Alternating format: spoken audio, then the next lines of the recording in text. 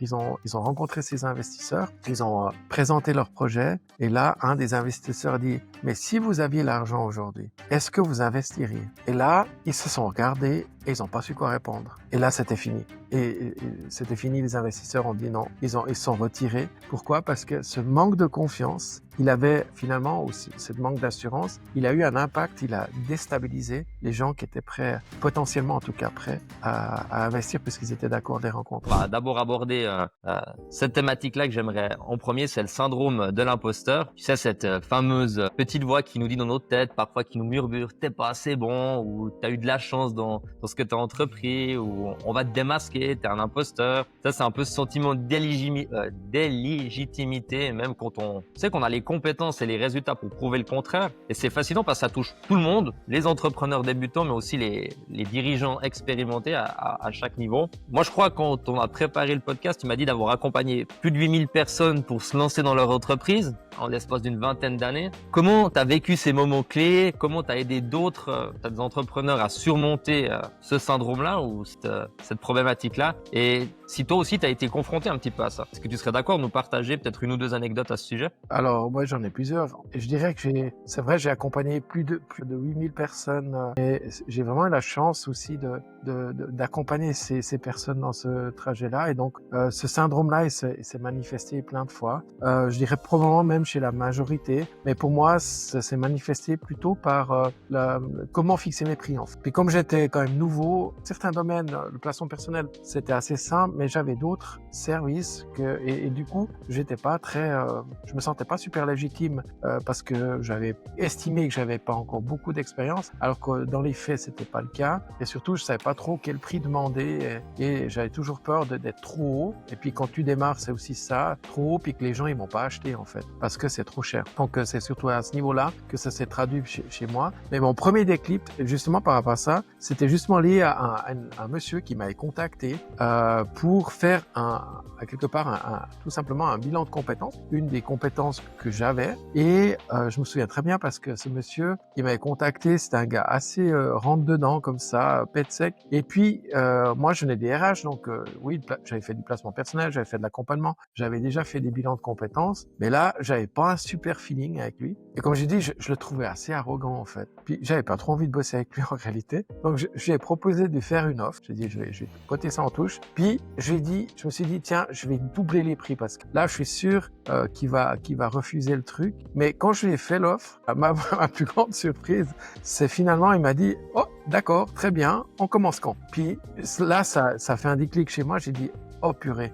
En fait, j'ai doublé les prix et le gars, il a même pas essayé de négocier. Et là, j'ai pris conscience qu'en fait, le prix, c'était pas du tout un frein et que il m'avait considéré comme légitime et que le problème, il n'est pas du client, hein, il venait de moi dans le sens où je me sous-estimais, quoi. Et puis, un autre exemple que je peux donner un peu par rapport à ce souci de légitimité, au sentiment qu'on se sent pas légitime, en fait. Là, c'était un peu un autre contexte. C'était une responsable de formation que, d'ailleurs, j'ai revu la semaine dernière. Je te parle de ça il y a près de 20 ans en arrière. Puis elle m'avait sollicité pour dire ben voilà, j'aimerais bien, on va mettre sur pied une formation dans l'entreprise. Et puis j'ai discuté avec, j'ai dit ok, c'est quoi vos besoins, etc.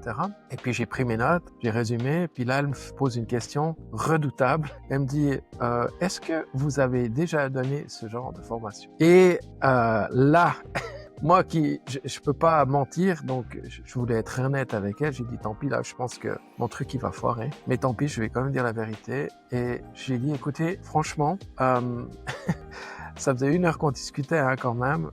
J'ai dit franchement, j'ai jamais donné ce type de formation, mais si vous me demandez si je suis capable de le faire, clairement oui. Et là elle m'a répondu, j'apprécie votre franchise, votre honnêteté et faites-nous une proposition. Et donc on a travaillé ensemble pendant plusieurs années. Donc j'ai fait la proposition, j'ai monté cette formation avec finalement aussi pas mal de succès. Je dois dire que j'étais assez fier de moi. Et ce qui m'a permis de surmonter finalement aussi un peu ce souci de cette peur de légitimité clairement en disant les choses, mais de manière évidemment constructive et pas non, je suis désolé, non, je sais pas le faire. Je savais que j'étais capable de le faire, simplement je l'avais encore pas fait. Et d'ailleurs, je lui suis très reconnaissant à cette personne et je me suis permis de lui le dire d'ailleurs, parce qu'elle m'a fait un magnifique cadeau en m'accordant sa confiance. Encore une fois, c'était un super mandat. Il faut dire aussi que ce mandat-là m'a permis de décrocher mon plus gros mandat de formation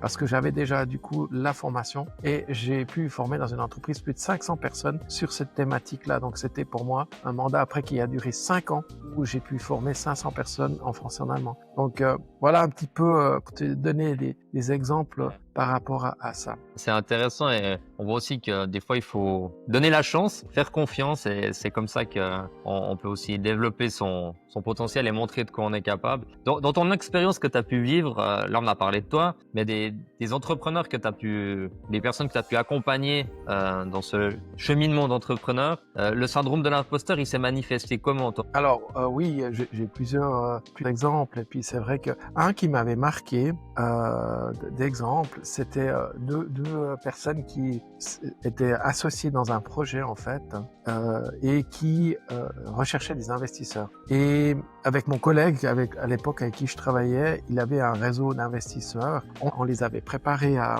présenter leur projet, à faire leur pitch et tout. Et donc je me souviens encore, ils avaient rendez-vous au restaurant et ils ont rencontré ces investisseurs, ils ont présenté leur projet et là, un des investisseurs dit « Mais si vous aviez l'argent aujourd'hui, est-ce que vous investiriez ?» Et là, ils se sont regardés et ils n'ont pas su quoi répondre. Et là, c'était fini. Et c'était fini, les investisseurs ont dit non, ils se sont retirés. Pourquoi? Parce que ce manque de confiance, il avait finalement, ou ce manque d'assurance, il a eu un impact, il a déstabilisé les gens qui étaient prêts, potentiellement en tout cas prêts, à investir puisqu'ils étaient d'accord de les rencontrer. Je pense que je me souviens aussi d'une personne qui, comme beaucoup de personnes qui se lancent dans les affaires, elle avait pas de référence. Et puis ça peut être un outil que je te donne là. Et là, de nouveau, si tu démarres dans le métier, forcément que t'as pas des grandes références, donc tu peux soit te baser sur les activités que tu avais préalablement en disant oui, j'ai des références, mais peut-être des anciens employeurs, ou alors, comme il a fait lui, et ça j'ai trouvé assez extraordinaire,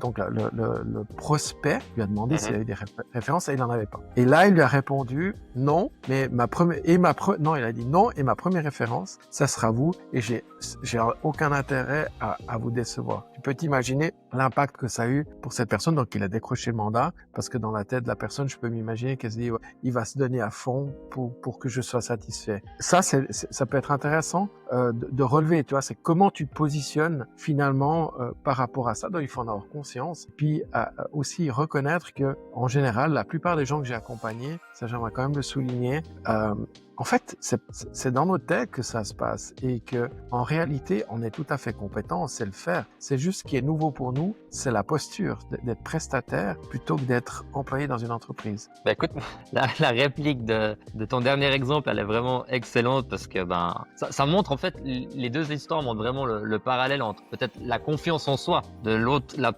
les premiers investisseurs, ils avaient peut-être pas assez confiance en soi et ça reflétait la confiance chez les investisseurs qui était pas assez bonne, et l'autre, il avait confiance en lui en disant voilà, je lui sors une réplique comme ça et je vais pas la décevoir. Donc c'est vraiment, je prends ça avec. C'est intéressant. En gros, on pourrait résumer, si tu es d'accord avec moi, que le syndrome de l'imposteur, c'est un peu comme un filtre, hein. Ça déforme un petit peu notre réalité. Ça montre un peu nos échecs comme une preuve d'incompétence et nos succès peut-être comme un coup de chance ou un coup de bol dans la vie. Mais je pense que les exemples que tu montres ou que tu as expliqué, ça nous donne une bonne nouvelle, c'est qu'on peut transformer ça, on peut enlever ces filtres et avancer.